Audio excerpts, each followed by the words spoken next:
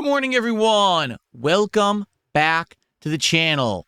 It's time for a brand new streaming week here on DSPGaming, and I'm very excited because this week we'll be wrapping up playthroughs, we'll be starting up new ones, we'll be having awesome chill nights and really stressful ones, but that's what it's all about, the variety and fun.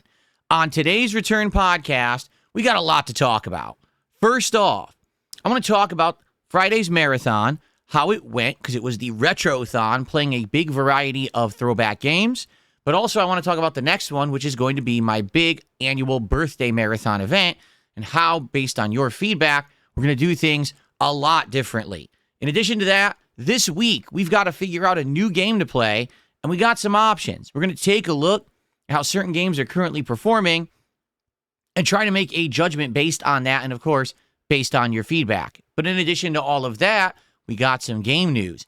Gang of Dragon is the new game being developed by the former head of Yakuza. And it's getting some really, really bad news when it comes to funding. So we'll explore this topic and many more this morning. Ladies and gentlemen, I'm ready. You're ready. Let's get it going. It's time for the Level 1 Podcast.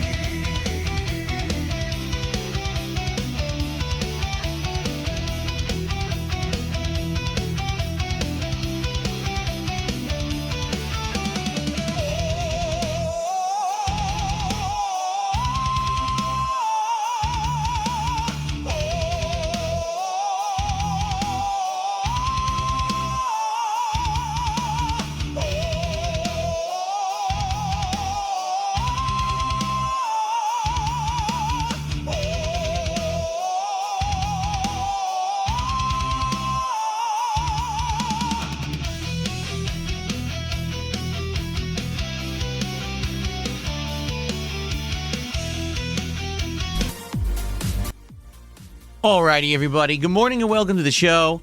It's the first Level 1 podcast of the week. It is Sunday, the 8th of March, 2026. And unlike the last couple of weeks, where things were a little bit thrown into disarray, first we had the release of Resident Evil 9 Requiem, then we had a Retrothon Marathon. This week, it'll be normal. A 6-day streaming week. Everything should be paced normally, meaning we'll probably have double streams of pretty much every game that you guys love. There'll be a Friday night fights like usual, back into the swing of things instead of having this kind of disjointed mess that we've had for the past couple of weeks. So, things getting back to normal, and of course that means we're going to be going back to the games that last week we had to skip. Both Hollow Knight and Dragon Quest VII Reimagined will be getting back into the schedule in a major way with major progress. Notably, we may actually be completing Hollow Knight within the next couple of streams. You know, some people are even estimating I would beat it today, but the thing is, this game has a lot of content that's not necessarily in the main story. There's still DLC stuff that I haven't done, so I'm probably guessing 2 more streams of Hollow Knight before we actually wrap it up and see everything that the game has to offer. And I'm excited for that because it's been a great playthrough, and I'm very happy that you guys asked me to play it this year after playing Silksong last. It was a blast this last month, basically playing really good stuff. Now, before we get started, let's just get this out of the way. Ladies and gentlemen, today is daylight saving time. Oh. Why do we still do daylight saving time in the United States? Nobody knows and nobody cares. No exaggeration, there are something like 19 different states in the United States that want to get rid of it, and we're all waiting on Congress to basically approve it, and it's been years and years, and our U.S. Congress hasn't done so. We're waiting. We actually voted for this to end years ago. So stupid. So today, I am technically streaming an hour earlier, and yes, I will be streaming an hour earlier throughout the entirety of the spring, summer, and early fall. I believe the clocks change again in somewhere like October. So yeah, it's going to be weird for a few weeks here. What's going to end up happening is I know we're going to have people are going to be late. Happens every single time that we change these clocks. So in an hour at around 12:35 p.m., people will start joining and saying, hey, Phil started early. Yeah, I did try to mention it on last week's streams. I put it on the schedule. I even did a special X and community post about it yesterday. It doesn't mean that people paid attention. It is what it is. Hopefully people will show up today. Good news is, my wife and I said, you know what? Let's go to sleep early. And we did. We went to sleep like an hour early, and we woke up this morning not feeling like jet lagged, which is essentially what happens. Your circadian rhythm gets screwed up when you're forced to get up at a different time. So we actually woke up and felt fine because we went to sleep early. So it worked out. But I know some people will likely be late today, and that's okay. We'll still be doing the podcast, so it's not like they're going to miss out on gameplay or anything like that. Hopefully.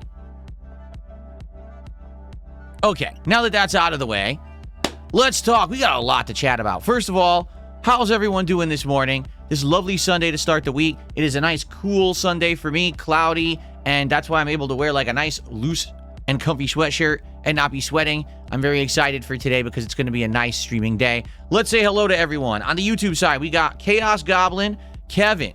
Who else do we got? Rose Diamond, Crackerjacks, how you doing? Osh, how you doing?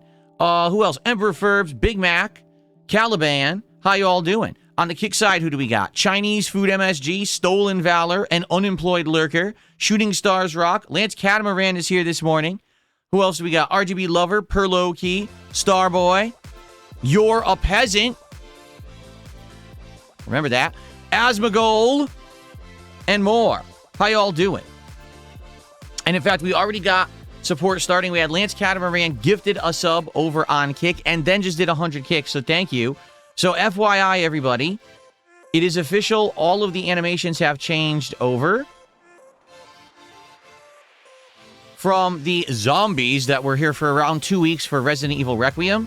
They have now swapped over to retro gaming themed animations. So every level of contribution that has an animation will be getting a retro themed pop-up on the screen and retro themed sound effect. Okay. That will likely be in effect for about a week or two. We'll see. But I have been putting effort into trying to make these streams feel fresh rather than it just be the same thing over and over for an extended period of time. I want to have it feel more interesting. Things are new and moving all the time. So probably we'll do the retro stuff for at least a week. Coming up is St. Patrick's Day here in the United States. So maybe next week I'll add some St. Patty's Day animations. And then after that, we got spring, Easter coming up, and of course, my birthday. So we're going to have all different animations added over the course of the next several weeks for that. So everything will always look a little fresh on the streams. And I hope that you like that. Rather than it just being the same thing for a whole month, it could get kind of boring. Particularly, it's awesome during a holiday month. Like, during Christmas month, everyone likes seeing Christmas animations.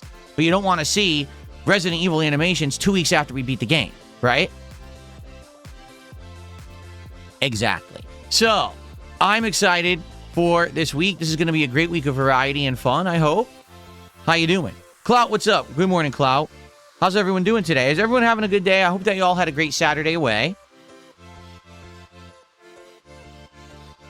For me, it was a fun day. I spent a lot of time with my wife.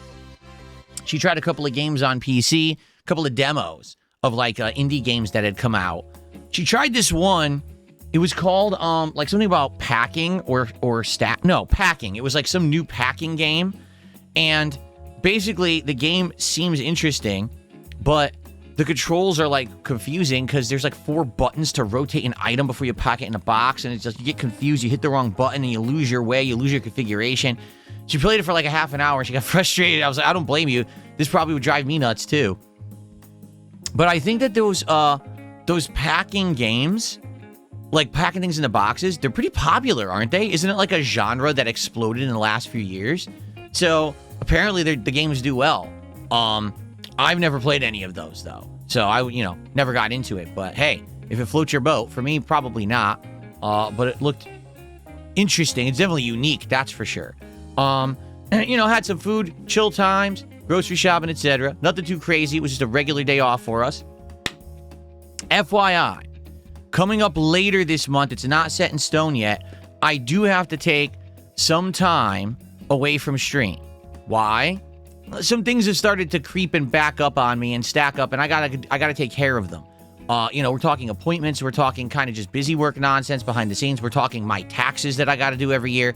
So what I'm going to try to do is space it out so it's not like an abundance of time within a short period of time. Rather than, say, missing multiple streams in a week, I'll try to space it out so it will not affect this week. But I'm thinking that next week, which will be, the third week of March, I probably got to take some time away. Maybe I'll have a whole day off. I don't know yet. There may be a couple nights off that I have to take by the end of the month. But basically, there are going to be some missed days and or streams in March for me to be doing all this behind-the-scenes stuff and get it over with. Since it's not set in stone yet, let's not worry too much about it. But we'll talk about it more as it approaches and I actually get the days locked in so you know what days I'm not here. Okay? Fair enough. Okay. So, we got many topics to talk about today. Where do we start? I think that we should actually start with the marathon on Friday, how it went. And then we should talk about the next one because the next one already we can plan way ahead of time. And based directly on the feedback that we were getting on the marathon on Friday, I think that we're going to change it up and do something differently. Okay? Make it more refreshing, more interesting. Okay? So, basically, here's the deal. Friday, we did a marathon, and the marathon was Retrothon. Okay? This was a retro-based marathon where we played games exclusively off of Nintendo Switch Online's expansion pack on the Switch 2.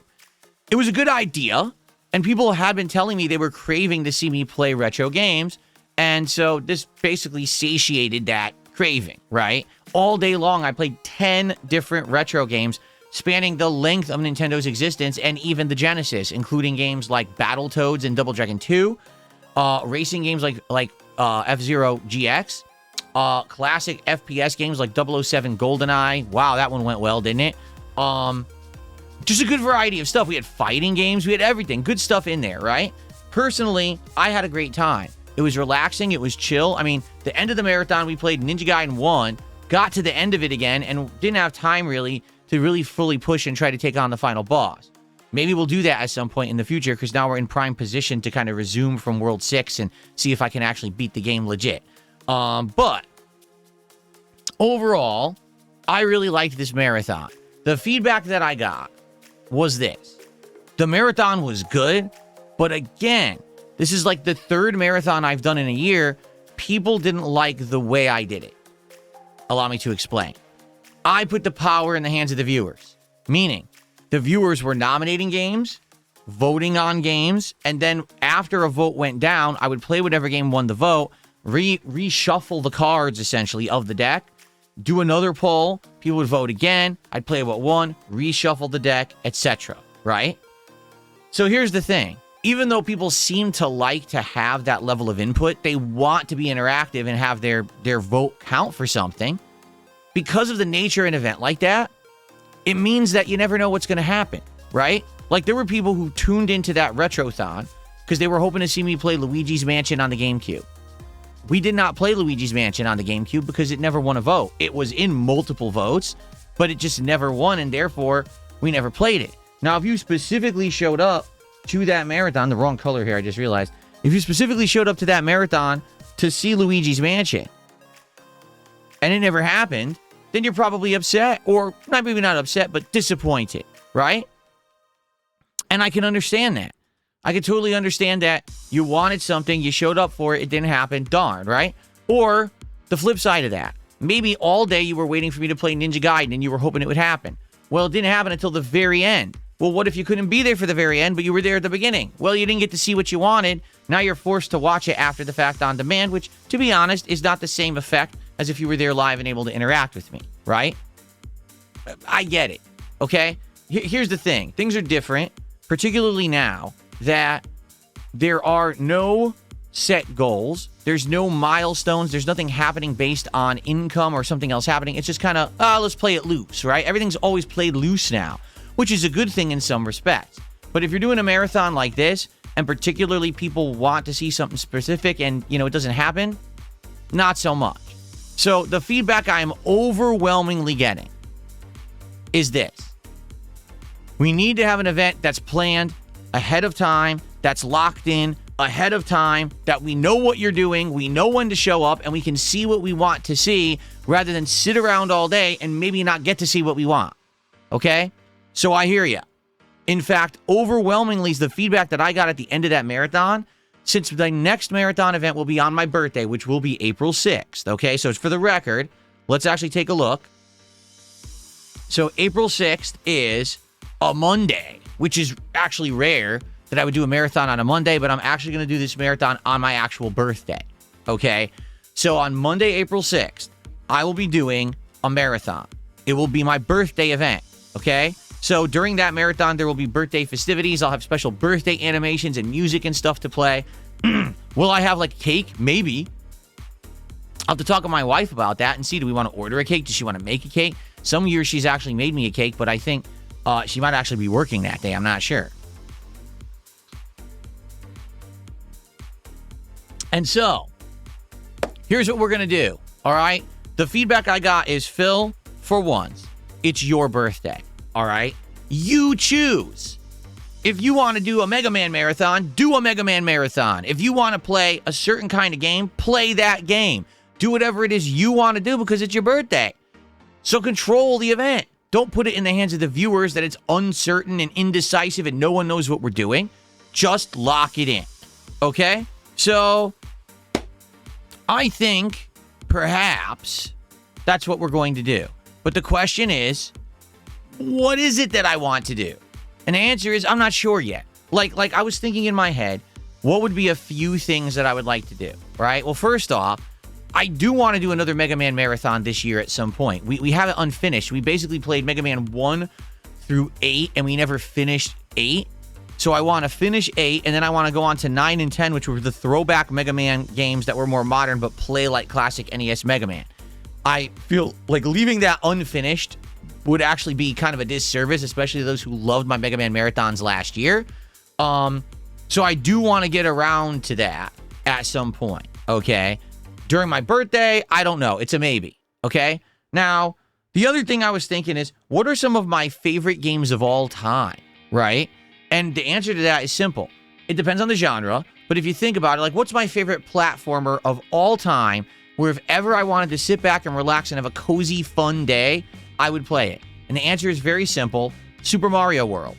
That is absolutely, hands down, my favorite platformer. It's got great content. It's got great graphics, great controls, great music. Everything is great. I love that game to death.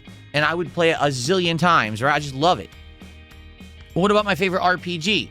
Probably Final Fantasy VI, even though I love others. It's probably the one that I like the most, okay? So we could sit here and we could talk like this all day about what's my favorite game of each genre, right? So maybe an idea is that we talk about this leading up to my birthday and we decide, do I want to play a little of all of my favorite games of all time during the birthday?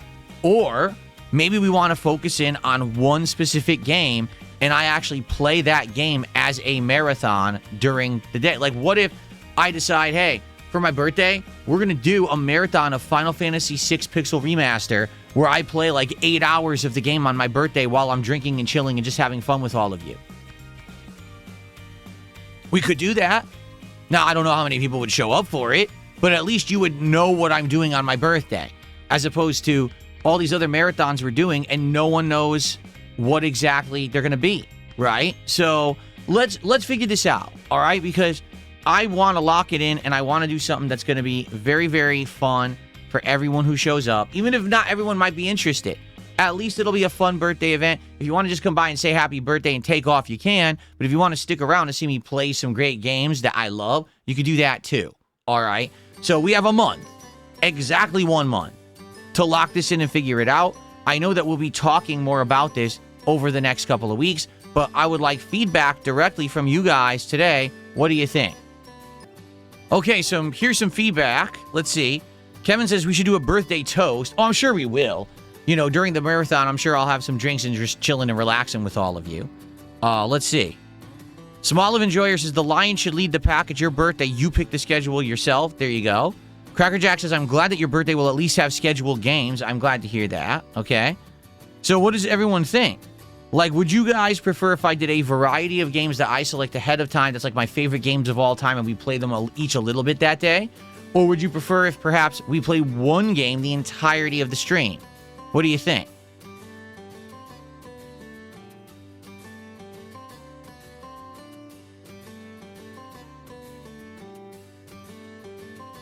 Eat a protein-infused cake. I think I'll pass on that one. That sounds like just a weird endeavor for my birthday.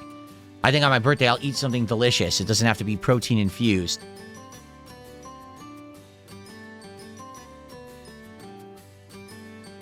A little from all genres, says Grandmaster Scrub. Variety of your favorites, says Cracker Jacks.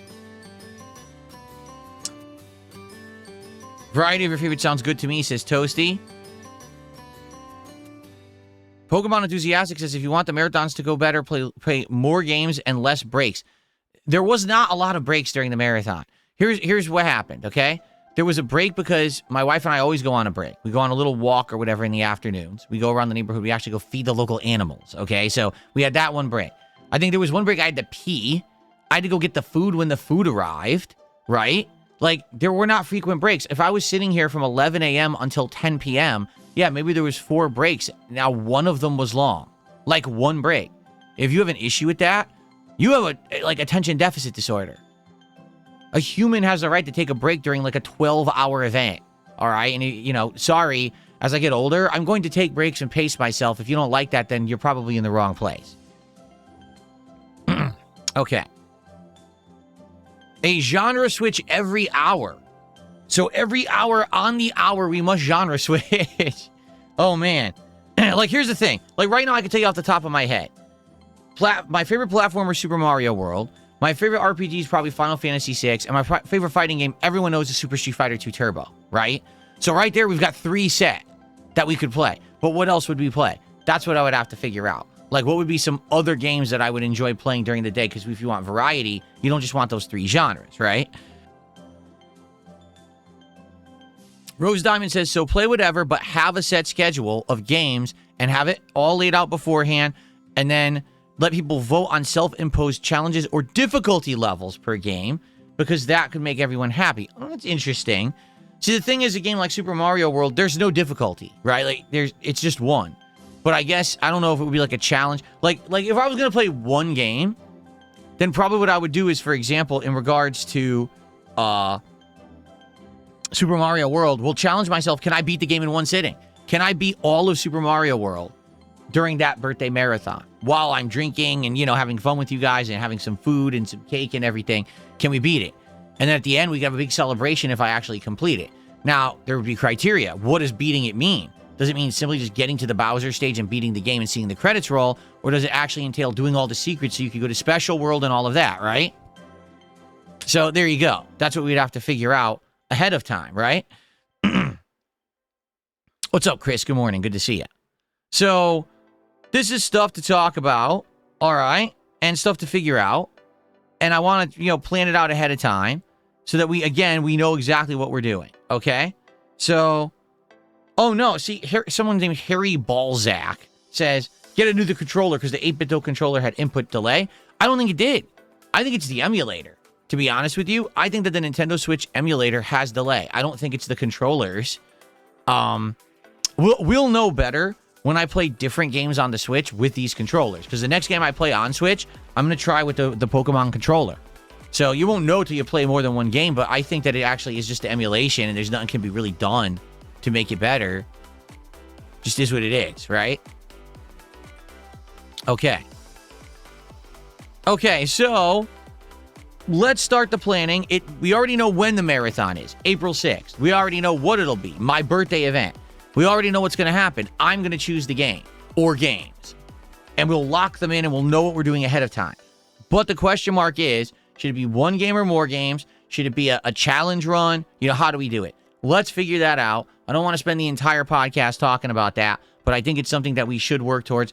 I'm trying to make these marathons better for you guys, because the last 2, I do feel like they were just more chill sessions rather than marathons people cared about. And to be honest with you guys, I think that the marathons don't feel special anymore because we're doing them all the time, right? Like, we're doing a marathon every month now. And so when you have a tough time deciding what to do for a marathon, it means that you're doing it too often and it's not special. So I think we're going to do this birthday marathon, and then after that, we're probably going to give it a break. We probably won't do another one for a while. We'll maybe wait a couple of months. I can tell you, here's the marathons we are absolutely doing in 2026. In July, Indivestance Day, because this is going to be something we're going to do annually on or around July 4th, because I don't actually know what day July 4th is this year. Let's see.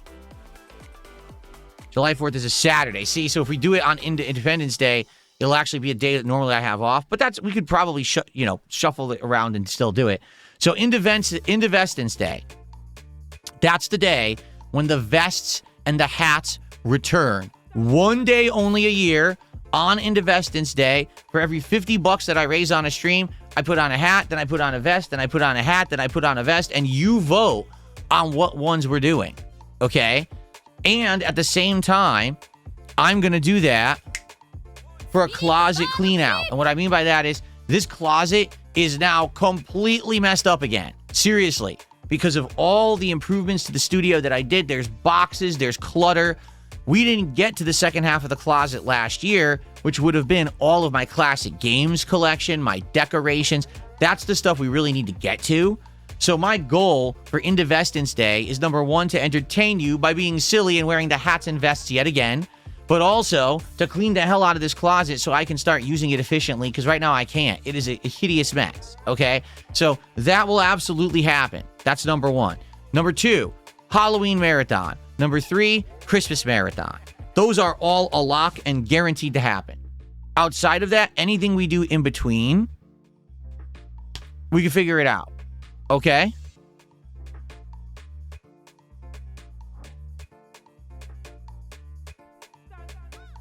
Okay, but outside of that, like I said, one thing I want to do is the Mega Man Marathon. I want to have one final Mega Man Marathon where we wrap up all the classic Mega Man games.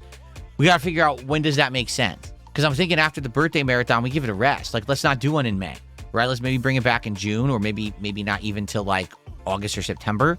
So that way we're not doing it all the time and it doesn't feel stale. But we'll talk more about it. So I'm getting a whole bunch of feedback and stuff going on. So hold on. We've got Roy just did a $2 super chat and says Hamilton watches from Resident Evil 9 are worth over $5,000 now. Well, I don't remember what the actual original price tag was. But that is pretty silly. Again, it seems like in the modern day, any collectible now is worth way too much. It kind of reminds me of like the early 90s. So in the early 90s, every single thing was a collectible that was worth money, right? Comic books were overpriced and overvalued. You had little freaking Wishnik trolls that were overvalued, that were collectibles. You know, everything was a collectible at the time.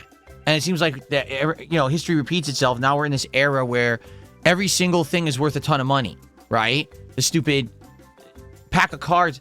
You know what I saw? I saw the stupidest thing when I was at the store yesterday. So I'm at the grocery store. I'm in the checkout line of the grocery store, right? And I see a string. You know how those things hanging to just, oh, look, it's like a impulse buy on the way out in the checkout line. And I'm looking at it, I'm like, what is that? Because usually they have things like batteries or, stuff like that. And it looks like it's a pack. I pick it up. It's a Pokemon cards. And I'm looking at, what is this? It's called a repack. Power up charge or something. I'm like, what the fuck is this? It's Pokemon cards. They're loose. They're not in the original packaging. Someone had already opened the pack, went through the cards, and repacked the Pokemon cards into a translucent sleeve. And I'm reading it, and it's like, this is a Pokemon card charge pack, 15 cards for $6. And it says right on it, this is not officially from the company. This is someone who, basically, they already went through the cards, and they're reselling them. And I'm like, so there's no good cards here. Like, if someone already opened all the packs, they took the good cards out that would have been valuable. They're selling the purposefully common bad cards in a pack of 15 cards for $6, but these cards are worthless. I couldn't even believe it exists. Like, they repacks? Who the fuck would... You don't even get the original packaging, so you have a zero chance of getting something good.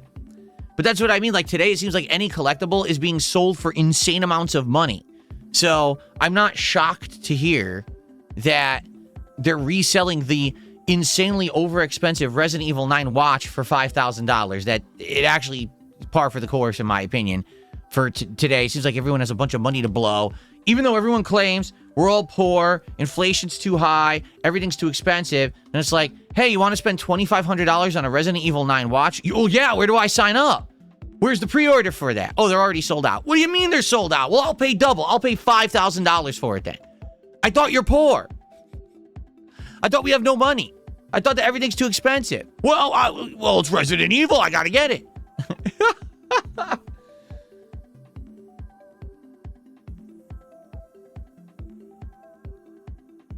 Anyway, so let's continue. Shane Griffin did a $2 super chat and says, you are a gaming god, Phil. Well, I don't agree with that. I do think that I am a passionate gamer. Let's put it that way. I'm a passionate gamer. That should cover my bases there. Thank you for the $2. And the Random Act did a $10 super chat.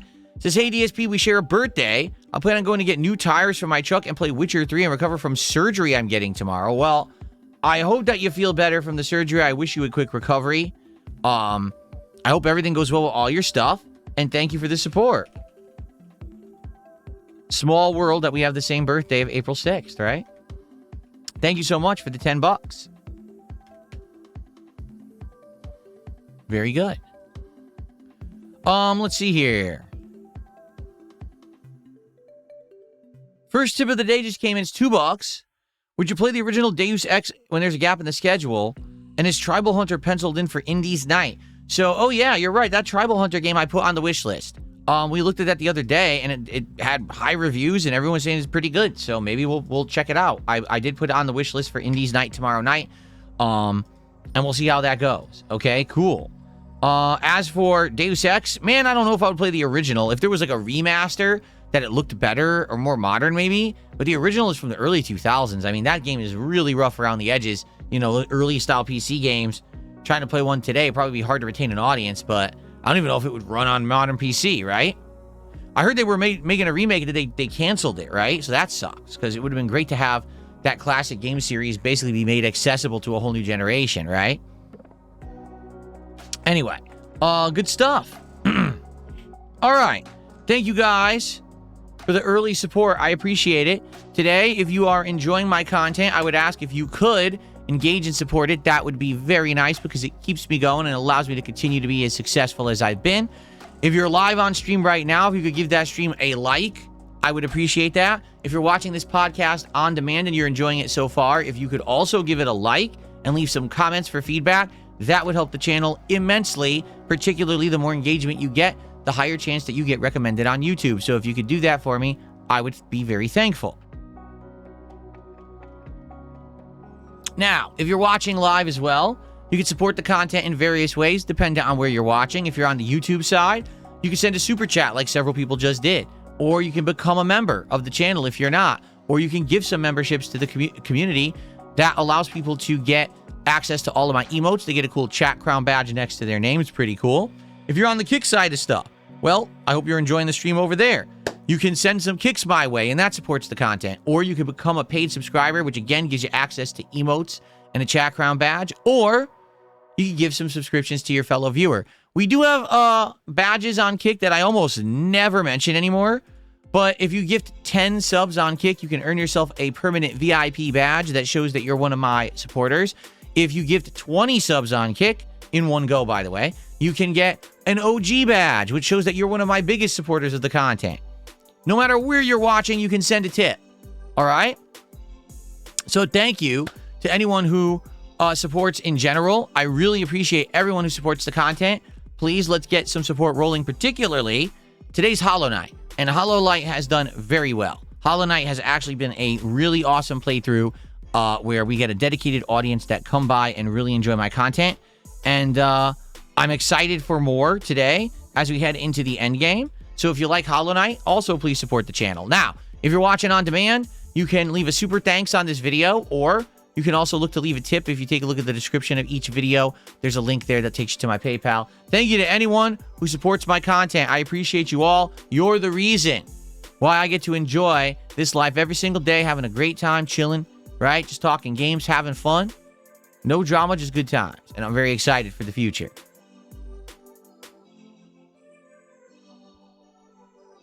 Okay. So, let's talk. So, folks, you may not be aware of this, but Thursday of last week was a huge day for games. It was like a triple release day. Okay, what happened on Thursday? Well, we had the release of Pokemon Pocopia, which is a hybrid game with Pokemon's IP combined with gameplay of Dragon Quest builders and almost like cozy town simulation stuff such as Animal Crossing. But it was also the day when Bungie released their latest outing, a new take on their classic franchise Marathon that makes it a modern extraction shooter. I had played the Server Slam the week before, so you already know my opinion on it, but the official game released on Thursday. And then the popular indie game Slay the Spire had its sequel released on exactly the same day. So it was basically like a triple release day, all this stuff going on. I didn't get to really enjoy any of that because I had to finish Resident Evil Requiem, which I'm glad I did. Now that the game is done, all I can say is thank you for an amazing playthrough. It's actually my most watched playthrough in many, many months. Biggest AAA release in ages. Everyone seemed to enjoy my gameplay of it. I like the game a lot. I hope that you'll give it a look. The playthrough's continuing to get numbers, which is great. Like, even though, it's over a week old, it's still getting hundreds of views on each video a day. So it's helping the channel a lot. I got like 1,500 subscribers during the playthrough. So obviously, when a big game comes out and people actually want to see DSP play a big game, the channel will get attention. The problem is there's so few big AAA games that are good anymore. That's why I think last year it was hard to really bring attention to DSP Gaming because you're only coming here to see the big stuff. You know what I'm saying? If you're someone who's not a regular and watches me do everything, what else is going to bring attention to the channel? That I decided to play a small indie game? Of course not, right? And so, having a big game finally be good and people actually find the channel again was nice. Yeah, having people come out, oh, Phil's playing Resident Evil, let's check this out. And then boom, I got a whole bunch of views, I got comments, I got likes, everything's, active again. That's awesome. But, a channel like mine that is a gaming channel, it's beholden to the industry and what's popular. If there's a year with a bunch of popular big games and I play them and people like the playthroughs, boom, the channel gets more popularity. But then if it slows down, boom, it slows down again, right? The good news is, because I have such a dedicated audience of people who like everything I do, I'm good. I don't have to worry that, there's a lag in the industry and now everything's bad. That's not the case. Like, I'm still doing well even when we don't have the big games. But man, it was refreshing to finally have a big game that everyone liked. So we finished the playthrough on Thursday. I'm glad that we did that. But now, this week, a opportunity presents itself because, number one, we do have a gap in the schedule for a daytime stream game. And number two, we're about to complete Hollow Knight. So we already have a space and we're about to have even more space. So what do? Well, we have these options of things that we can do. And we're going to look at them in a second because I have some interesting data that I think we should look at together. Okay? Let's see. Someone tipped $2 as Asmongold watched your 007 gameplay and he thought it was funny. Okay, that's great. Thanks a lot. So did everybody else. Thanks for $2. Don't care. All right. So, let's take a look at some of the gameplay, at some of the games that came out last week and how they're doing. All right. So, first off, let's take a look at Marathon. Because you might say, oh, it's the new game from Bungie. Did it actually do well? Did it tank? How did it do? Okay. Well, happy Thanksgiving. Wow. Happy St. Patrick's Day, everybody. It's not here yet, but I got the background. So, here it is, okay? Marathon launched with a peak player count of 88,337 players. That's its peak. That's the most that it got on Thursday. Since then, the game has seen a steady decline of players, as you can see. Now, yes, it's up and down, but as you can see, undoubtedly, every day, it's going down. Currently, right now, it's got about 62,000 players. All right? You might say, well, in general, how is this? Well, let me put it this way. In perspective, it's not bad. Bad would have been if, like, they can't even hold 10,000 players, right? Bad would have been if they have 5,000 players and they're not playing consistently. It would have been an utter disaster. This is certainly not an utter disaster for them, okay? But they were definitely hoping for a AAA studio who probably put millions and millions of dollars into the development of this game. And the fact that this is their only other game outside of Destiny 2, they obviously were hoping for better, okay? Now, you got to keep in mind, this is Steam stats. This doesn't include consoles. However, it is representative of the game in general, of, you know, how well it's doing. Now, you might say, well, this is their new game, right? Well, what about Destiny 2? How's that doing?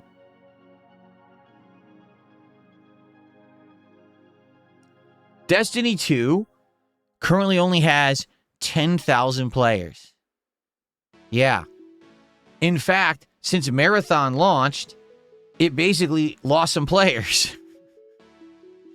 So, a AAA company that only has 2 games isn't even having 100,000 consistent players at any given time across both games. That's not good, okay, to be frank with you. Now, to go back to Marathon, how is the game being received? In general, okay, competitive players who are used to extraction shooters or online cooperative multiplayer games like Destiny and stuff like that, they seem to like the game, okay? They basically seem to say, we like it, it's not bad. However, the consensus is, it's very difficult, okay? Just like I said when I played the Server Slam last week, damn, it sure seems like there's a lot of enemies. Damn, you can't revive yourself very effectively at all. And when you get downed, they hunt you down and kill you. They don't give you an opportunity to try to extract. So the majority of people who are playing are saying, man, it's really tough. Now, that's not necessarily a complaint. A lot of these type of players actually look for very difficult games. But the problem that I think this game is going to have is because initially it is so difficult, it is very hard for someone who's not into this style of game and hasn't played a ton of them before to really jump in at entry level. Like, I would argue this game is not an entry-level game at all. This is a game for veterans. This is a game for people who have played extraction shooters and this style of online game a ton and know their chops. You know, they got their chops already. Now you're ready to take on a challenging game. So that's kind of a problem. If you are Bungie and all you've ever done is Destiny, and now you're trying to get into a new genre, I definitely think that you need to maybe have an entry-level way to play the game at an easier level. Ease people into this new thing that they're not used to yet. Then if you want to hit them with difficulty on the back end for those who are like really aficionados and they want to play the hell out of the game, then give them that difficulty. But this game is right up front, really hard, okay? In fact, players like Ninja, you know Ninja, the Fortnite streamer, has said he hates the game. It's too hard, and he's like rage quitting it. He's like, I can't stand it. The game's too difficult. So, yeah, it's having some challenges for its first few days. Now, here's the thing. You might say, well, will it have a resurgence? Will more people play it? Probably not. Like, if it was going to have popularity, it was going to have it in the first few days. You know, even High Guard, which was free to play, saw its peak day one. And then after that, it just saw a decline after, despite the fact that it was free, right? So, unless this game somehow gets a viral burst of popularity from someone, I don't see it getting more than 100K players like ever. And the problem with that is it's from a AAA studio who invested so much time and money in it. I don't know if that's going to allow them to even break even. Like, to be honest, I mean, yes, it's a $40 investment to play the game because it's not free. But how many people realistically are actually playing the game? Is it enough to support Bungie, who put so much time and effort into this game, right? Don't know. We'll have to see how it goes over time. The thing is, with a game like this, it is definitely the kind of game that is live service, meaning as the game develops, there's more content. Maybe more people will join it later as there is more content and they see more value. At the same time, will people continue to pay $40 for the game when it's old? Right? So we have to see. Initially, this is not great news for Bungie. It's not like doom and gloom, end of everything for Bungie and everything's falling apart. But at the same time, you absolutely know they wanted more than 100K players. And the fact that right now they only have 68K on its launch weekend is not a good sign for them. Okay? Now, continuing on, we're going to look at the other game that came out on the same day. But 1 second, we have C. Scott did a $5 Canadian super chat. Let's actually see what that converts to. $3.68. So thank you to C. Scott. I appreciate that very much. Thanks for the support. Okay.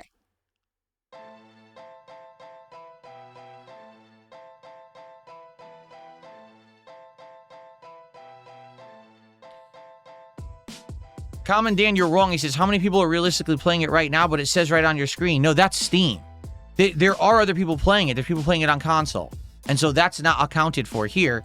They definitely have more than this number. But at the same time, a lot of stuff is based on Steam stats and sales because this is a transparent number everyone looks at when a game first comes out. And the fact that they don't have 100K players on Steam is telling. Okay?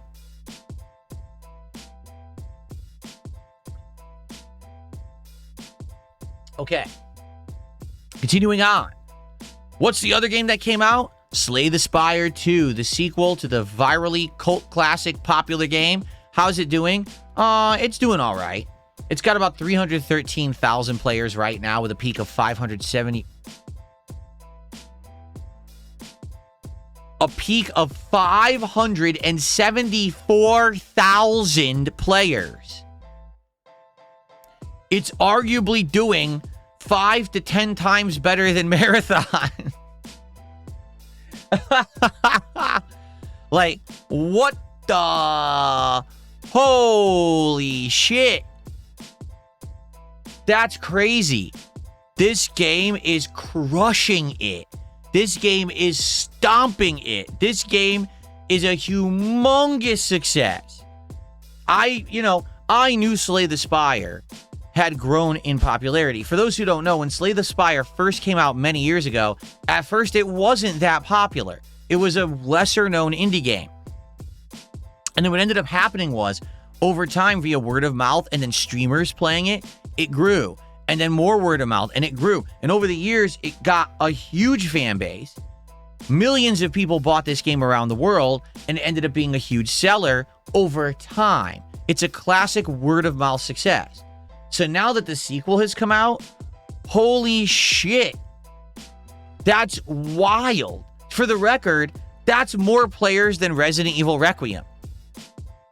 Yeah, it's more popular than mainstream AAA games.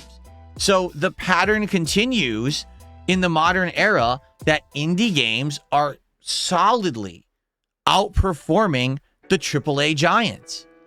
Even though Requiem did amazing, this game actually is crushing Requiem. Okay? So here's the thing. I have never played Slay the Spire. I've never actually played any of these like card style games. You know, you could argue, well, you played Balatro. Well, I did, but that's totally different. You know what I mean? So in regards to this, like, this is a game that originally last week when I found out it was coming out, I was like, I would consider it. I would consider playing it if you guys want to see it. Now, when I look at these numbers, I'm like, holy shit, I totally should play it. Like, if it's that popular, at the very least, I should at least try it. And even if it's not my cup of tea, I at least can know what it is. It's a genre I've never delved in. So I definitely think that this is something that we should check out and maybe play simply because of its sheer popularity. You know? Hopefully, I'll like it. The thing is, in the last couple of years, as you know, I have tried a ton of new genres of games, and I end up liking a lot of them. So the fact that I can now play a variety and expose myself to things I've never played before, right? Yeah, I totally think that we should check it out. Okay? So, absolutely, this is a possibility of a game to play. Oh, by the way, I would like you to take a look at this. It's the complete polar opposite of Marathon. So it started off with around 100K, climbed to 200K, climbed to 400K, went down a little, went back up to 500K, went down a little, and now it's peaked at 574, 638. Every day, this game is actually reaching a new peak of top players right now. So even though we've got a situation here where, yes, it is a game that is an indie game, and, you know, it may have a limited scope because it's probably not fully cross-platform right now, it's seriously hitting with word of mouth. Every day it's getting more players. Everyone's saying, did you hear Slay the Spire 2? Really good. You should check it out. And another 100K players are playing it. So that's pretty darned awesome. Now, FYI, Slay the Spire did get ported to console eventually. Being that this is such a smash hit, I would almost guarantee you this is going to be on console too. So right now it's initially getting its play on PC, but it's probably going to do even better long-term on console. All right. So there you go. So, yeah, I am 100% down this week. If you guys want to see me play Slay the Spire 2, I don't see why I wouldn't. Like, I'm actually having a hard justification of a reason why I shouldn't try this game this week. And like I said, if we play it doesn't work, no big deal. By the way, you want to know how much Slay the Spire cost? $25. It's just crazy to me that these indie games are doing so well at a cheap price point. You know what I'm saying? Like, it's not an expensive game, but it's a good game that has a hook. It's addictive. It's fun. You play it. Maybe you don't play it forever, but you're still going to play it. It's $25. You're not breaking the bank to play this game. So, of course, you're going to have more players playing it. It's almost like, I mean, seriously, it's almost like common sense, but modern game development has none of it. Like, if you make a game that's fun to play, addictive, and cheap, a ton of people will play it. That sounds like common sense. So then why is every major game dev failing? Why are they coming out with $70 releases that no one wants or buys, right? Pretty crazy. No, I never had Slay the Spire 1. I've never played it. I've literally never played Slay the Spire ever. So I don't even know how it plays. Like, we saw the trailer for Slay the Spire 2. I was like, ooh, it looks interesting. I don't know how it would play. So 100%, like I said, if this is what you guys want this week, I'm down for that. Like, I will play that. Now, here's the other, here is the other half of the equation. Okay. Let's see here. A Dark Maggot says, sadly, most influencers only want AAA games, which has not been good for the industry. Indies are saving the industry. Yeah.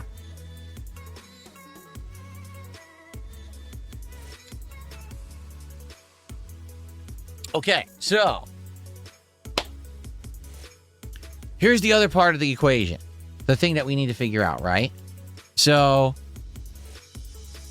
there's another game that came out on Thursday. This game, you cannot judge its performance. Why? Because it's a Switch 2 exclusive. And being that it's only on a Switch, you don't get sales numbers. All right? It's called Pokemon Pocopia. Now, originally, this was a game that I was going to play because you guys love Pokemon. My Pokemon playthroughs always do well. Okay, seriously. Like, I've never had a Pokemon playthrough that sucked and was slow and everyone hated it. They're always doing good. And I thought, oh, it's another opportunity for chill interactions and hanging out while we enjoy a Pokemon game. And I was gung-ho 100% ready to buy it and play it. And then we watched the trailer for it last week. This was the launch trailer.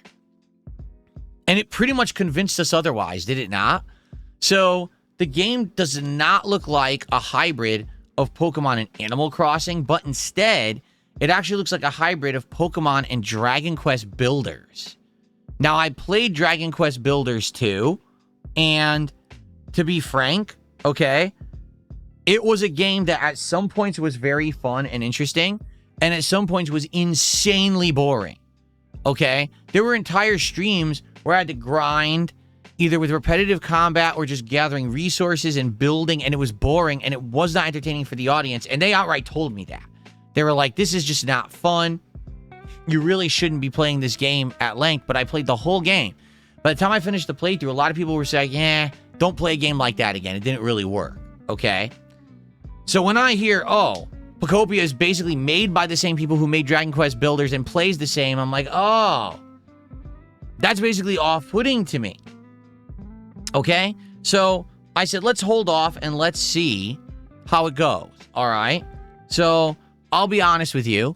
The game's been out since Thursday, and I haven't heard too much craziness going on around the game. Like, there are people who are playing it, and there are people who are supporting and watching it, but it's not getting the level of hype and or attention as a mainstream Pokemon game, right? Like, no exaggeration, Pokemon Legends ZA had a lot more talk around it and buzz around it than Pokopia, which is weird because the reviewers all claimed Pokopia as like the best Pokemon game ever made. So then why isn't it seeming to get that much like press or attention? I don't know. Maybe it's because it doesn't really play like a Pokemon game. It doesn't have any battling. Maybe it's because, right now there's so much else going on. If you already have Marathon going on and you have Slay the Spire 2 crushing numbers and people are still talking about Resident Evil Requiem, maybe it's hard to try to get your third-party Pokemon tie-in game to really get any kind of mainstream clout. I don't know. Okay? So I'm basically just not sold on this playthrough working. Okay? I'm not. So it's up to you guys, all right? Whatever you guys want this week. But here's the deal, okay? I can't play everything right now, at least at this moment, all right? To give you perspective here, all right, I have a listing of the games that are coming out for the rest of the month, and here are the ones that I absolutely want to play, okay? On March 17th, Alex is releasing in Street Fighter 6, and I obviously want to try him out. He's a DLC character. I'm going to own him, so let's try him that day, right? On March 19th, Crimson Desert is coming out, okay? And that's a game that I think everyone wants to see me play. This is a game that's a big question mark. It's from the makers of Black Desert, which was an MMO. It's their first outing as like a major single-player game and basically taking their MMO and turning it into a single-player game. And no one knows how this game is going to go. If it's going to be great, if it's going to suck. Like, no one really seems to know. Okay? So, the question is, will it be a hit? And I want to play it. The other games are all at the end of the month. There's that Life is Strange Reunion is coming out, and Screamer, which is that driving game. Those aren't until very late March, okay? So, in regards to the rest of the month, all right, I'm good near the end of the month, and once we get Crimson Desert, I'll be playing that. We're going to continue with Dragon Quest. That's going to keep being played, and that's for a while. That's not going to just end soon. That's probably much, we're not even halfway into the game, I don't think. So, we're going to need new games for the rotation. We actually need a new game for Tuesday, because today we're doing Hollow Knight. Tomorrow we're doing Dragon Quest. Tuesday we need something new. So we have to make the determination, what should be the next game? Should it be Slay the Spire 2? Should it be Pokemon Pokopia? Okay? Got to think about it. Now, this week, we are likely completing Hollow Knight. So once Hollow Knight is done, we got to take a look at the week. We got to take a look at the schedule. Do we have time for a second game? Because maybe we start with Pokopia or Slay the Spire, but then we have extra time. Maybe we try the other game too. And we see if that fits in, right? But the thing is, with the release of Alex, with the release of Crimson Desert, we are going to have other things to do starting next week. Therefore, we can't be starting up tons of games right now because we don't want to have 5 games going and then we're not playing some of them, right? We don't want to overdo it. So, yeah, I'm excited for the week. However, I just don't know how to go about it. What do you guys think? If you want my take right now is that I am very interested to try Slay the Spire 2. Why? Because I never played the franchise before. It's doing insane player numbers right now. And I think that now is the opportunity, as they say, strike when the iron is hot, right? While everyone's playing it, talking about it, try it out. See if it's something that's for me. Even if it's not, again, I don't feel like there's any risk. There's going to only be reward. If it doesn't work, that's fine. Then we do something else. But I feel like I want to try it. Okay? So hopefully you guys are down for that. If you are, let me know. I'll start it Tuesday. But if there's like a big revolt here and people are like, no, we didn't want that, then I'll listen. All right? I'm listening to feedback and I want to do what you guys want. All right? So let me know. But for me, I'm feeling like Slay the Spire 2 is the way to go this week to start. And then seeing as time permits, maybe we'll actually have time to do another game before all the new stuff comes out. We'll go from there. But that's the take I'm getting, right? That's the take I'm getting anyway. And again, if I'm going to be doing this game, at all, I think I should do it when it's popular. Right now, it's new, it's hot, everyone's talking about it, rather than, play it in 2-3 months when all the hype died down, right? Now only the hardcore fans of the franchise will care that I'm playing it.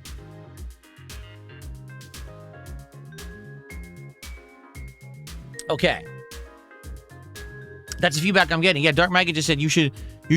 I feel like you play a lot of games too late. Right.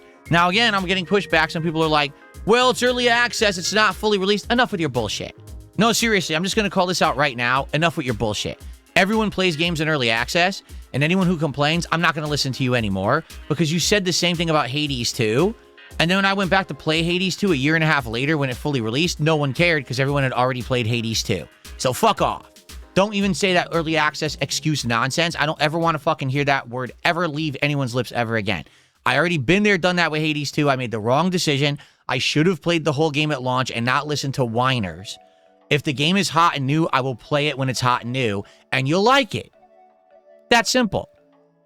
No more toxicity from these fucking people who just want to complain about everything I do. I'm not listening to them anymore. Okay?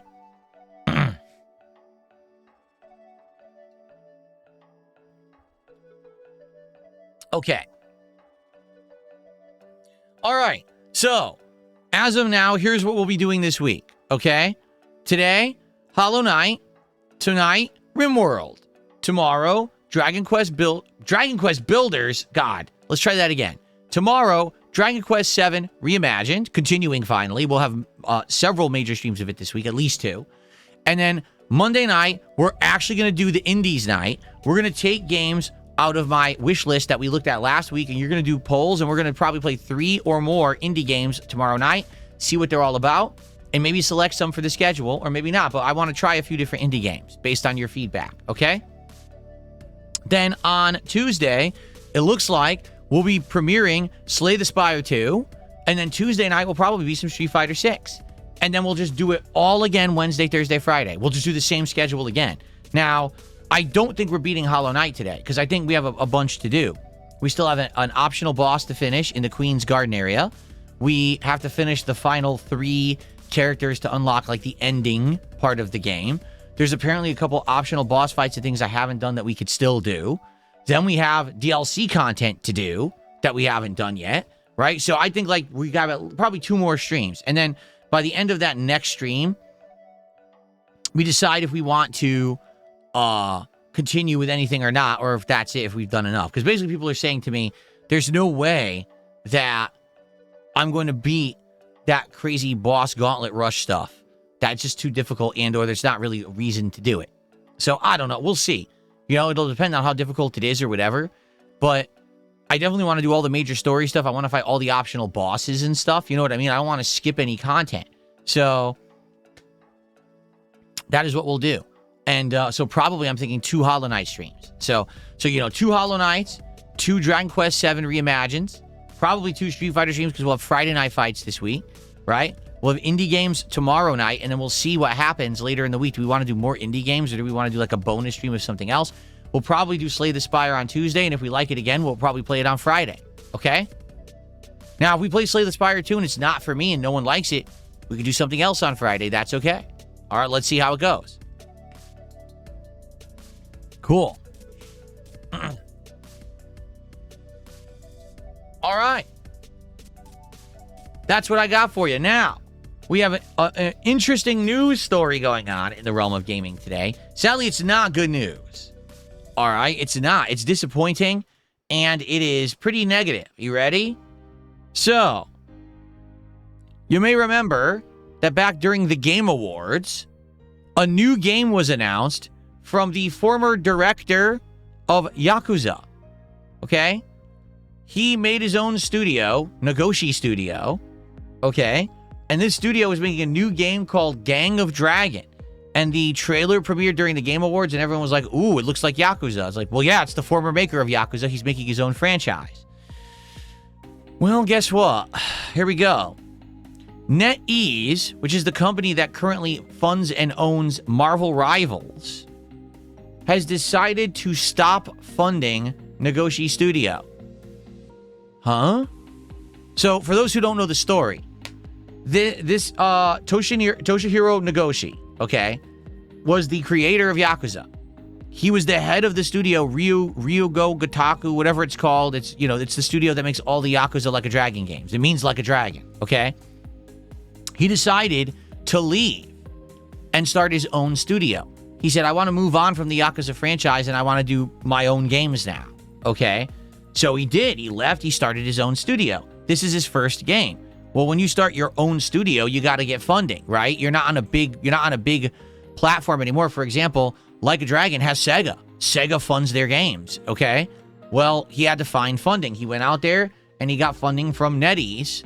You know, this company has funded a bunch of different game studios over the years. Again, Marvel Rivals, their latest hit, that's actually doing numbers and making them lots of money. And so he thought that he was safe. He thought that this was a good choice. So here's what's happened. They were developing Gang of Dragon. However, during its development, apparently the game has gone over budget. Okay? They need another $44.4 million for the game to be completed. So what NetEase has decided is that they are pulling funding and are not going to be doing the rest of this game. They said, that's too much money for us. We agreed to this amount. You've gone over budget, and now you want us to spend even more? Well, we just don't have confidence that this is your first outing as a solo studio. Yes, you have a great track record with the Like a Dragon / Yakuza series, but this is a new game, right? And we just don't have faith that this game's going to be a hit like you think it is. We're not giving you another $44 million. Okay? So,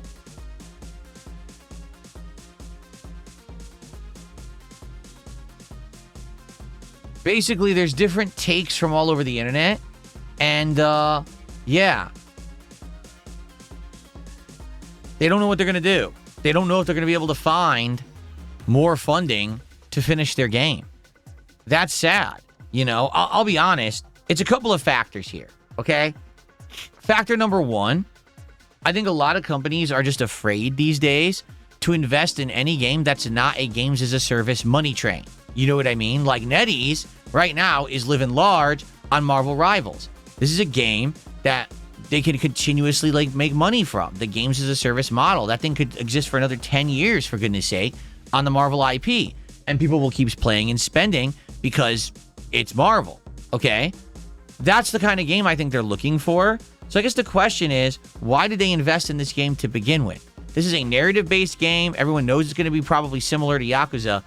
Why would they have invested in that style of game? It's a little confusing. If you're looking for this tried and true, money-making, guaranteed venture, why would you invest in the game that's, you know, kind of a gamble, right? And there's the other half of the equation. Nagoshi's never made a game by himself. He's been part of a major studio. He's had funding from Sega.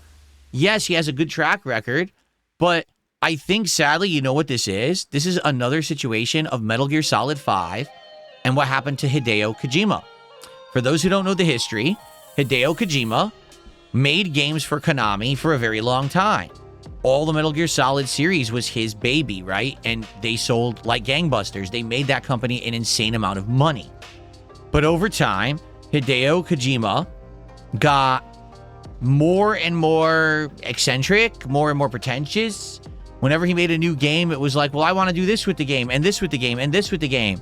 But that costs more money, and more money, and more money, okay? And yes, the truth is his games did sell well, but at one point, was there ever going to be pushback? Well, yeah, eventually with the development of Metal Gear Solid 5, Konami had enough. Like, Kojima had already gone over budget. They had given him more funds. He went even further over budget and wanted more money to finish the game. And they were like, Kojima-san, you know, as much respect as we have for you as a game developer, we just can't give you more money at this point. This is ridiculous. Like, how much more do you want? Right? And he was under the impression, just keep giving me more because I want my... You can't hinder art. You can't stunt art. on a basis of money investment. You have to let art develop and be what it needs to be. And in truth, I told you this when I played Metal Gear Solid 5, right? The game is outstanding, okay? When it comes to gameplay elements, when it comes to the art design, when it comes to many parts of, you know, the formula of what the game is, but it's unfinished. It doesn't really have an ending. You can tell that they got to a certain level of development, and then Kojima got kicked off the project, and the team was just told, finish this game by any means necessary, and you can't spend any more money. So they just basically took duct tape and thread and glue, and they just slapped together a piecemeal ending and said, that's the game. And it's definitely not done. It's like a half-finished game. If that game were actually done, arguably it might have been the best game ever made at that time. But because it was unfinished, it was good, and some would even argue it was great, but it just wasn't the masterpiece that it was meant to be. I almost feel like Nagoshi-san, okay, has kind of become the next Hideo Kojima. He's got a track record of tried and true big hits, right?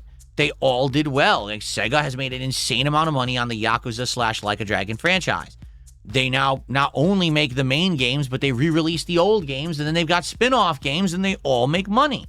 So the fact that Nagoshi himself decided, I want to leave and go do other stuff for myself, because he was basically saying, sticking with the company, there were too many constraints. There was too much, basically. He wasn't able to do the things he fully wanted to do. The company was kind of being a little bit more control over him. He didn't like that. He wanted to go off and do his own thing. And he felt starting his own studio would do that, right? You got to respect that. If the guy really has artistic vision and he feels like the company he's working for, even though they've had all this continuous success, if they're not allowing him to do what he truly wants as an artist, then he's going to go off and do his own thing. But now he's done that, and the very first investor he found to allow him to do his own thing says, it's too much. There's no way we're giving you another $44 million. And again, is this a recurring thing that happened to Kojima and Konami? That they're seeing this go off the rails. They're seeing the budget balloon so much. They're like, there's no way we could keep giving this guy money. He's just going to keep wanting more, and this project will never get done, right? This Bookworm just said it. He says, I hate to say it, this is a lot of old guard game devs seem to make their own studios, and they're failing. Yeah, it's happened a bunch. How many times are we hearing, you know, this old guy left the company, then made his own studio, and then the game came out, it's like, well, did anyone play it? Did anyone even know that it exists? Right? So, to me, it's sad, because this game looked good. This trailer at the Game Awards looks really good. It looks like it could be a solid competitor to the Like a Dragon franchise, which I think it kind of needs. Like, right now, Like a Dragon is popular because it's like modern Japanese culture, right? But it's gritty, and it's kind of realistic with an anime twist. It is kind of anime-ish, but it's kind of rooted in reality as well, with its gritty art style, its brutality, right? It's not anime-ish, like over-the-top cartoony. It's not fantasy. It's set in modern day, which is awesome to see something like that, you know? It's kind of a rare thing, and it stands out. Anything you see that's Like a Dragon, it stands out. You're like, I recognize that art style. So then when this game had its trailer, everyone's like, oh, that looks like a Dragon, but it's not. It's someone who's actually trying to compete from the guy who invented the series. I want that. Why? Competition breeds innovation. When you have someone who's actually your direct competition trying to do better than you, you're inspired to do better. So all that could possibly happen by this game being a hit is that Like a Dragon will get better too. Instead of every game feel samey, they'll actually try to innovate and do more, which would be great. We wanted this to succeed. But sadly, when you have a game that just has a budget that's ballooning, you know, I don't know what's going to happen. Will they find more investors? I don't know. The thing is, apparently, they only have until May. NetEase has said, in May, we will not fund you anymore. So they have a month and a half, arguably, to find a new investor to fund them so they can finish their game, or else that's it. This game is on the shelf and the studio's out of business. And that's awful. So I guess we'll have to see what happens in regards to the Nagoshi studio. My Ruin says, this is another Shenmue situation. The amount needed to make the game is absurd. You would never recoup that cost. Every person who owns a PlayStation 5 would need to buy 3 copies. Well, I mean, yeah, think about that. already this thing is how many million the budget, and now another 44 million on top of that. And again, it's not a games as a service model. It's not like, oh, people will buy it and then continuously spend money on it. It's a one-time purchase. Maybe there's a DLC for it down the line, but right. Yeah. I totally get it. It sucks because again, I want more competition. I want more innovation and I want more games. And to see one like this maybe not get made now when we just found out about it in December, it's kind of sad. Dark Magus says, sadly, the only AAA developer you could say is maybe worth that level of development cost is Rockstar. You may be right. You know? Rockstar, here's the thing. Rockstar has the name recognition, has the track record, and everyone knows that GTA is going to sell like crazy, right? This is the first outing for this studio. Yes, the director of the studio invented Yakuza, but that doesn't guarantee that his next game outing that isn't Yakuza is going to do as well. As opposed to GTA is GTA and still on GTA, and everyone's going to buy GTA just on the name alone. Right? There you go. Okay. Well, that's the news for today. And I think we are going to be checking out Slay the Spire 2 this week. I'm excited to see if it's any good. I hope it's good, and I hope that it works out in the schedule and everyone likes it. Don't know if that's going to happen or not. You never know. But I'm feeling positive about it. I'm feeling like it's something new to give a shot. And even if it doesn't work, right? At least we just gave it a shot while it was popular. Right? Marky says, each employee gets around $1,000 in 2 days. AAA with 50 employees, let's say that's $50K in 2 days worth of work. Some vets get 25% more. 40 a day dev cycle will cost $1 million. It's sad. I don't know how it works, the whole dev thing. And it sounds like it's different every studio, too. You know what I mean? Like, it doesn't seem like there's consistency across the industry of where the money is spent or how, you know, how much is needed.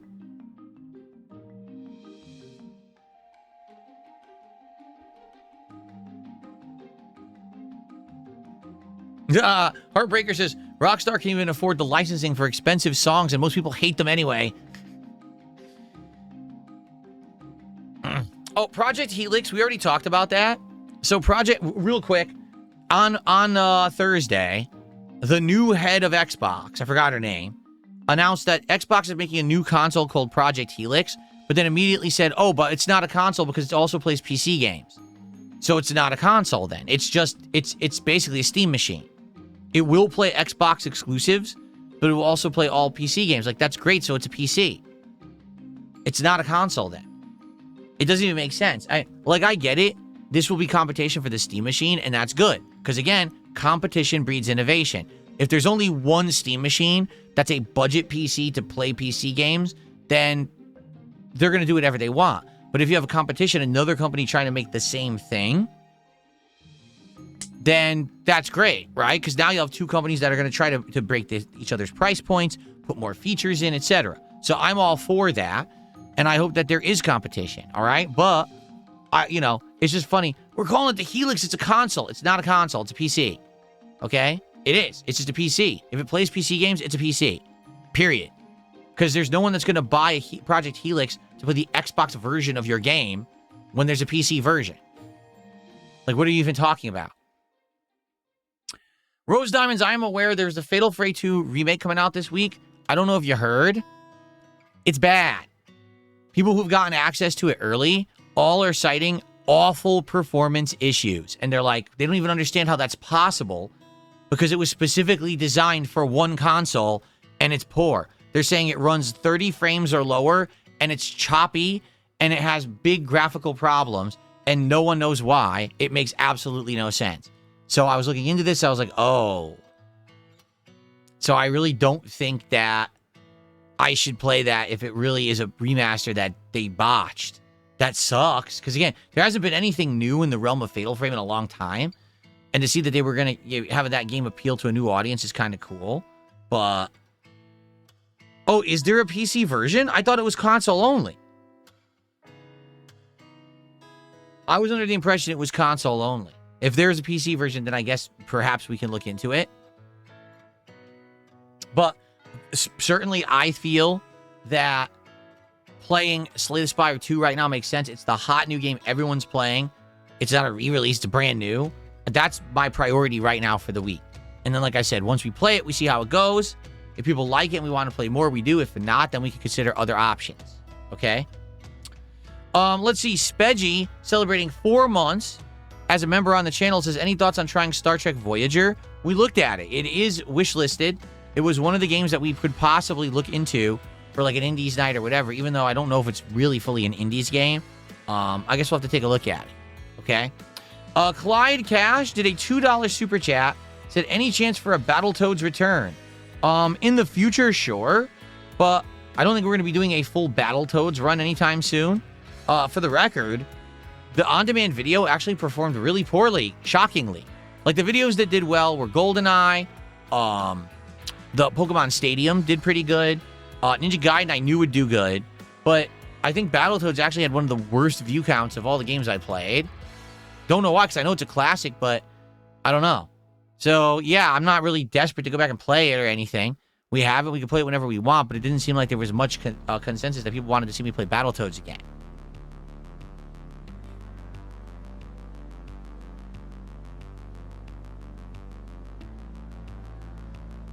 No, I don't know what that is, Lance. Did I ever eat up... let's see what that is.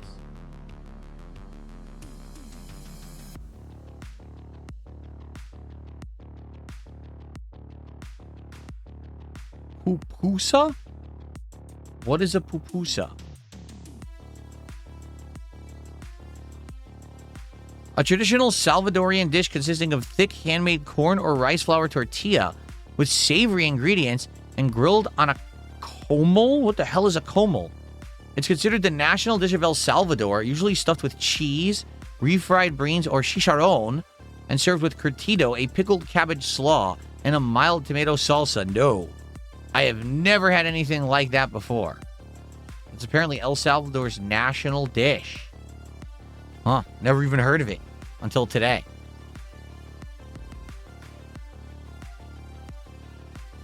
Oh, okay. So, this week, DSP Tries It will be dessert. My wife and I talked about it and decided we want to try nothing bundt cakes this week. Okay? Now, since it's dessert, that means that DSP Tries It will be on a late stream rather than an early one.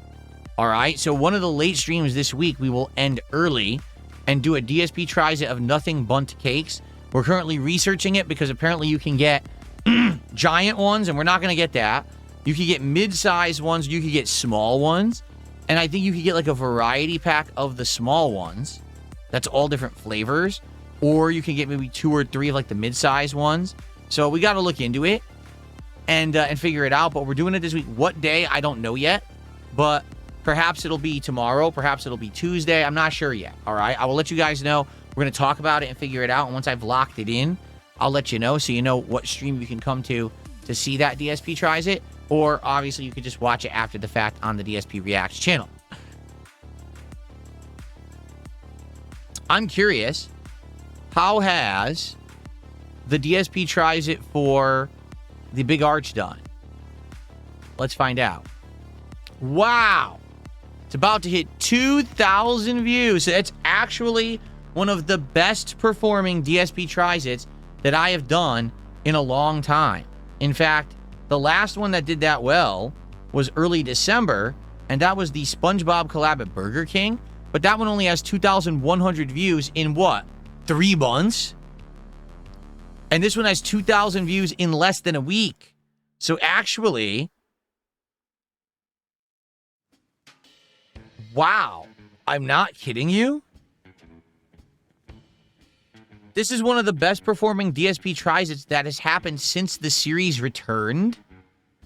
It does look like the McDonald's Adult Happy Meal last year in August did 2,700 views.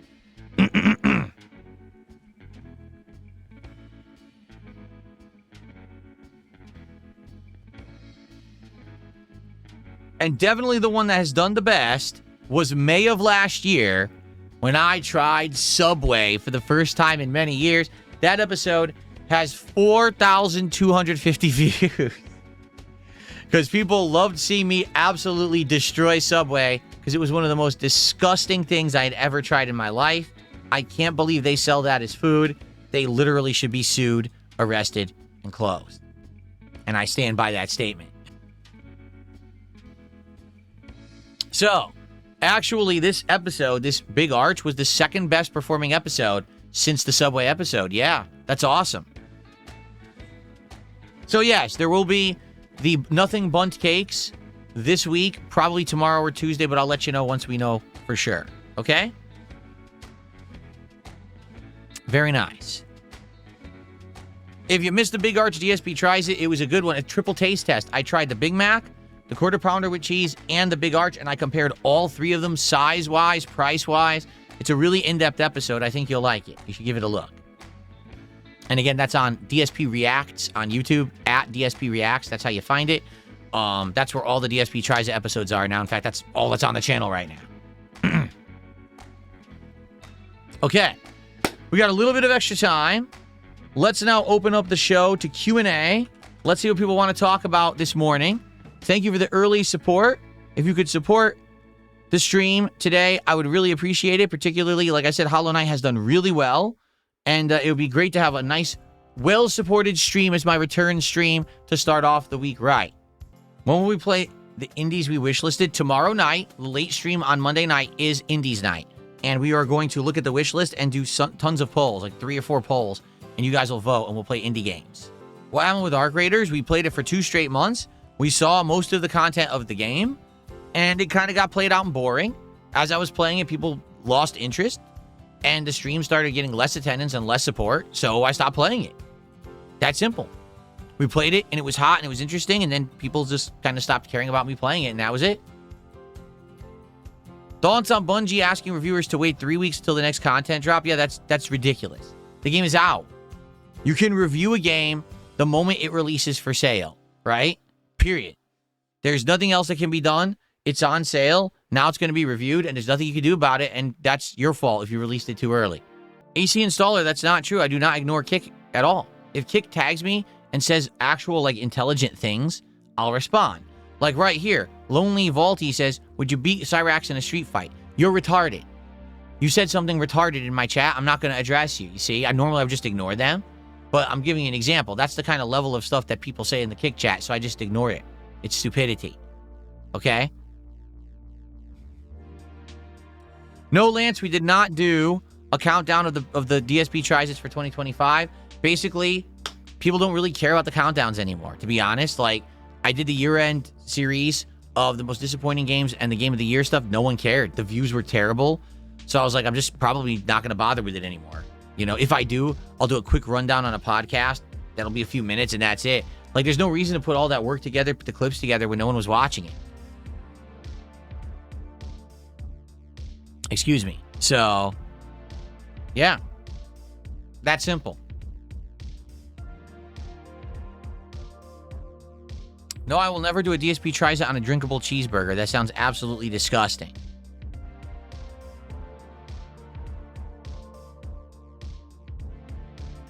If Resident Evil 9 gets DLC, will I play it? Likely, yes. Did I beat Resident Evil Requiem? Yes. And we saw both endings, and then we did the final document that unlocks after you beat the game. We read through the whole thing, so it's like full-on lore of the game. But Day Off was good. It was more relaxing than anything.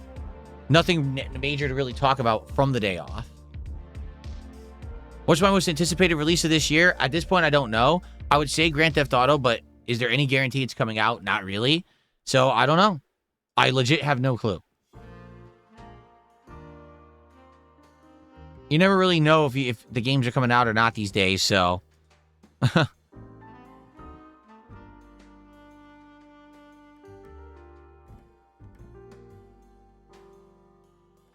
What kind of game would I make if I had the resources and ideal team to do so? I wouldn't. I'm not a game developer. I have no desire to make a game. I like playing games. And I like chilling with my audience. I don't want to make a game. That's also why, if you haven't noticed, I don't play many or any of the games where it's like make your own game like Mario Maker I'll play other people's levels, but I won't make my own. I just don't care. Will I give Kingdom Come Deliverance 2 another shot? No, I don't care. Will I play Miltsioner, the big Russian in the Sky game? Yeah, we saw the trailer for it, and it seemed shockingly weird. So yeah, maybe I would check it out when it comes out. I don't have a favorite game or series, but I have our favorite games in certain genres.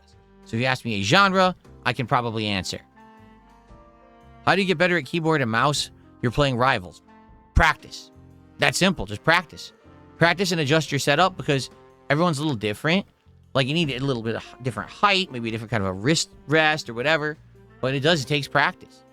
I played games on keyboard and mouse in the 90s, so I have that reference where I could kind of jump into keyboard and mouse and play decently. Kind of similarly, that joystick, right? I grew up playing on joystick arcades in the US, so I could play fighting games on a joystick. Most people today, they find it hard to do so because they didn't grow up with arcades, right? Shock says I should get a countdown of the dumbest Q&A questions I get every single time.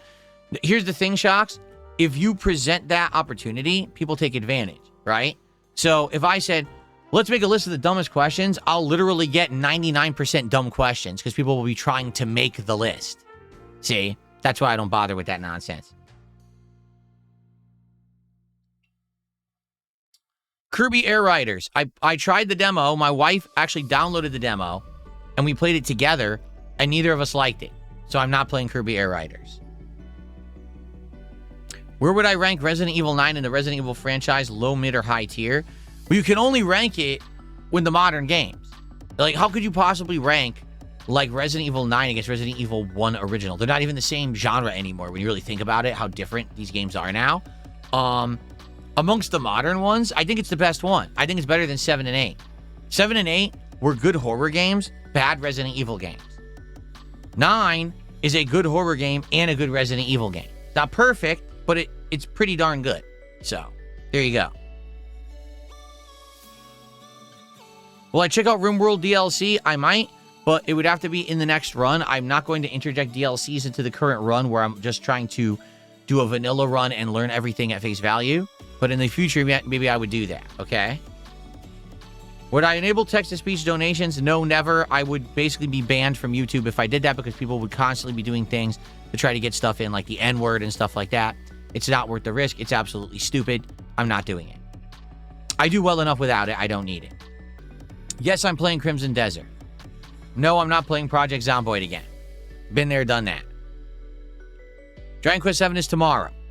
No, I would not play Pokemon Fire Red or Leaf Green as Nuzlocke or Nuzlocke, however you say it, because if I'm going to play those games again, I want to play them at face value. I've only played Pokemon 1 once.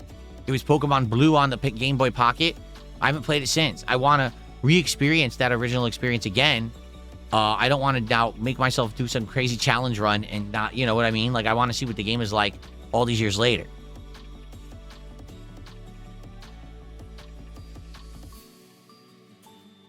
Would I consider doing a marathon of a newly released game instead of a themed like retro? Yes, if there was a reason to. Right? I mean, technically, I played Resident Evil 9 all day long on its release day.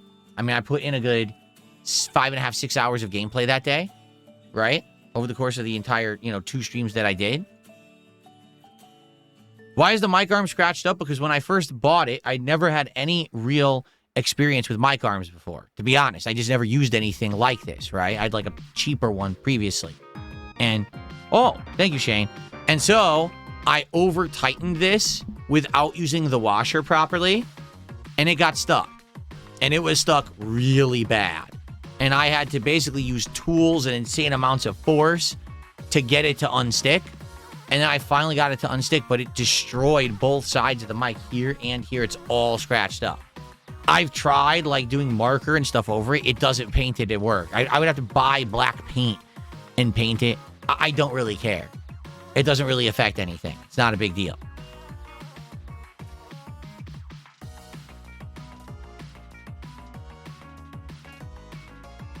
So thank you to Shane for a $10 super chat. If you had to spend the night camping in a tent with either Wings of Redemption or Boogie, which one would you choose? Neither. What is my favorite survival horror game? Resident Evil 1. Resident Evil 1, 100%. No, I use permanent marker. It doesn't work. I have a Sharpie permanent marker and I tried to do it. It doesn't stick. It like does nothing whatsoever and doesn't cover it up. I'd have to actually get real paint to paint over there. Someone tipped $2. Any reason why you skipped Ghost of Yotei? Tons of reasons. Number one, came out in a busy gaming season. There's other stuff going on that I think I wanted to do more. Number two, the game was surrounded by controversy because of political reasons. And I didn't want this political online controversy to interject itself into a playthrough and have people coming to the stream yelling at me every day, why am I playing this woke game? Number three, the reports were that the game essentially was just Ghost of Tsushima a second time with some tweaks, but for the most part, identical to the first game, just with a plot and protagonist swap. And I didn't feel like playing the same game another time, particularly I had done the DLC for Ghost of Tsushima, and it had done very poorly because people said, man, it's just like the original game, it's boring. So I figured, hey, if I play the same game again, just with a swap to a character no one seems to like, it ain't going to do well.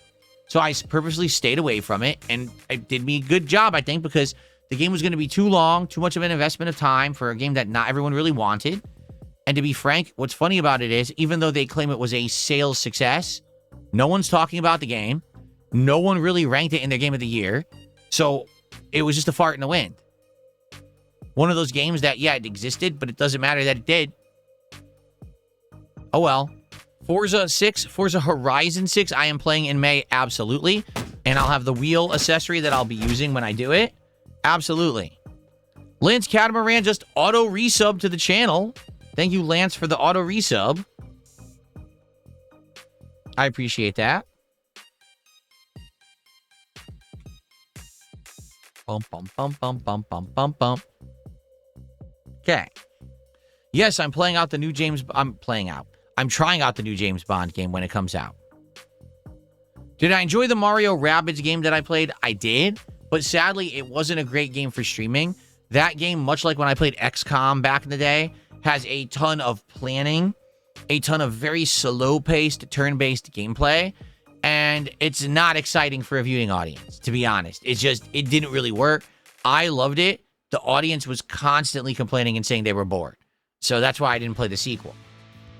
TX Shooter, how are you, man? It's good to see you.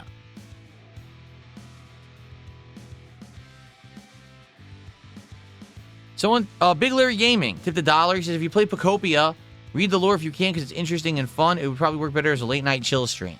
All right, well, to be frank, we're not really looking for a late-night chill stream right now because we're still playing RimWorld.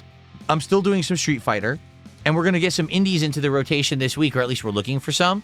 So honestly, I don't think we really are looking for that. Again, if there is enough demand, yes, I will play it. If there's enough time, I will play it. But right now, I think Slay the Spire 2 is the priority for Tuesday. There you go. Tommy Tento says, yeah, I played Ghost of Yotei. It's basically the same as Ghost of Tsushima. You didn't miss anything. Exactly.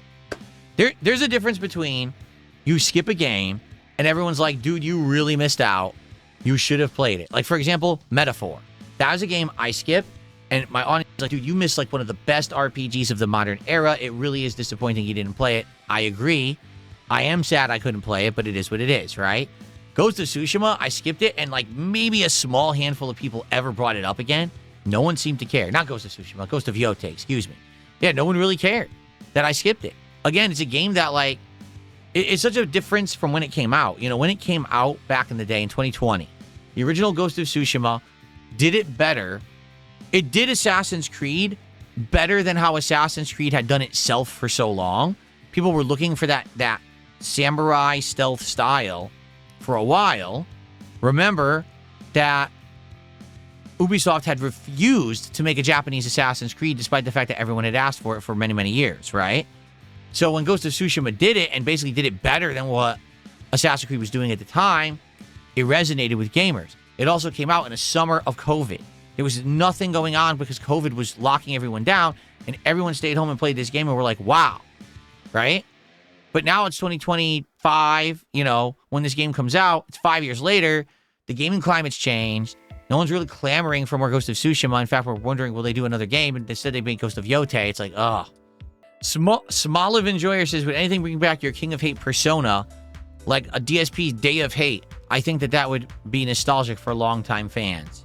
Yes, the King of Hate is returning Right now, here he comes, completely uncontrolled, saying whatever he wants, doing whatever he wants, absolutely no boundaries and no limitations, no self-consciousness, any kind of restraint. The King of Hate is back, baby.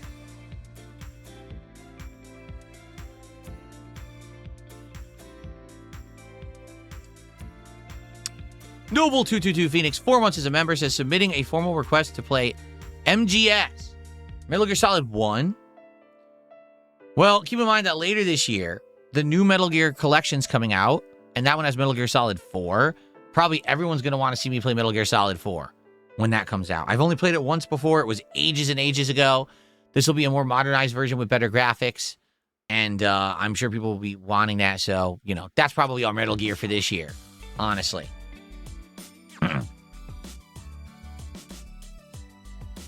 Yeah, it also has Peace Walker, which I don't know if I would play that again, but we'll see. Yeah, I'm sure that there's a way to play Metal Gear Solid 1 on PC that's good, right? I'm sure there's a valuable way, because that's a problem. I don't want to play the emulated PS1 version running on PS3 with input delay and terrible graphics and controls. I want to play a version that's worth playing. So, can I wish your friend Bradley a happy birthday, please? No. I specifically wish your friend Bradley an unhappy birthday. I hope it's a very unproductive, unsuccessful birthday for Bradley, just because you asked me.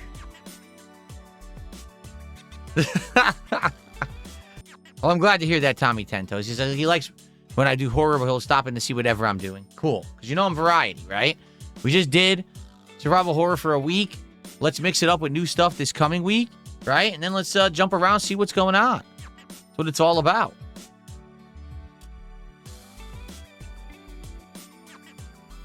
The person just thanked me. You're not welcome.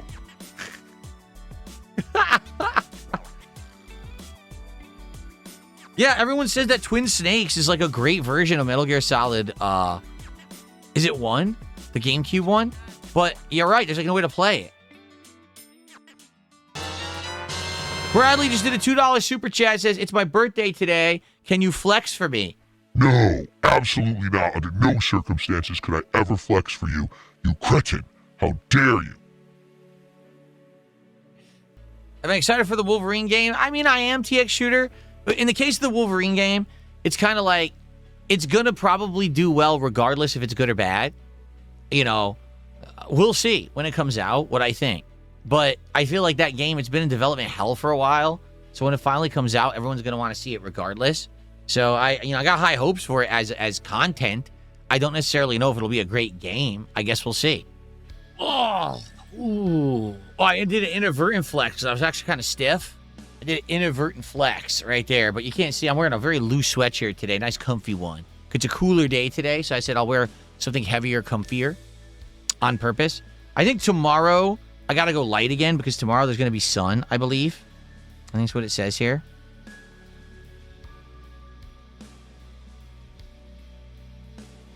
Let me look. Oh, today there's sun. It's actually saying...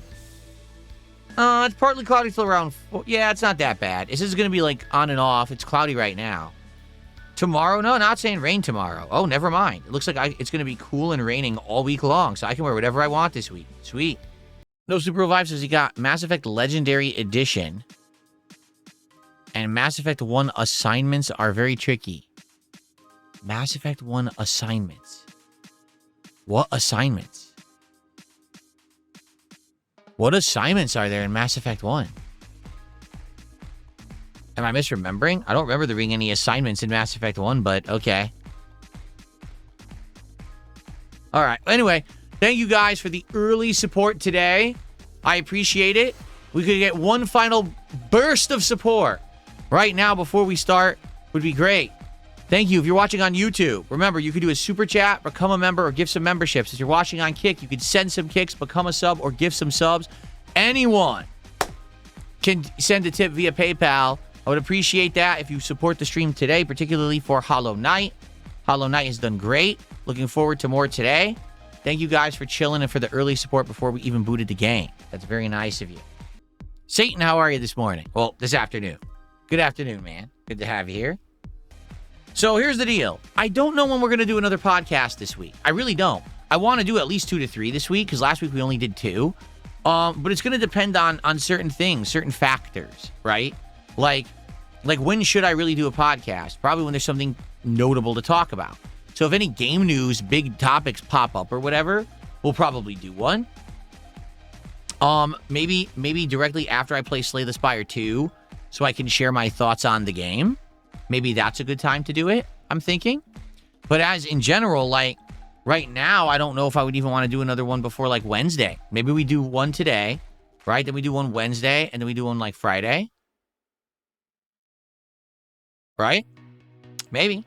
So maybe the next couple of days, we only do DSP morning shows. That way we can get maximum gameplay of Dragon Quest VII and maximum gameplay of Slay the Spire 2 on those respective streams, and then we do another one Wednesday. It's probably what we'll do. Okay? All right. So everyone, I would like to say thank you for a great return show. We had many topics to discuss, many things to cover, and we did. And I had a great time, and I hope that you did too. Thank you all for watching the Level 1 Podcast. The show will return likely Wednesday. And at that time, we will get all caught up. We'll talk about Slay the Spire 2 and anything else that happened during the week. It should be a great time. Everyone, thank you so very, very much. I appreciate you. See you soon on the next episode of the Level 1 Podcast.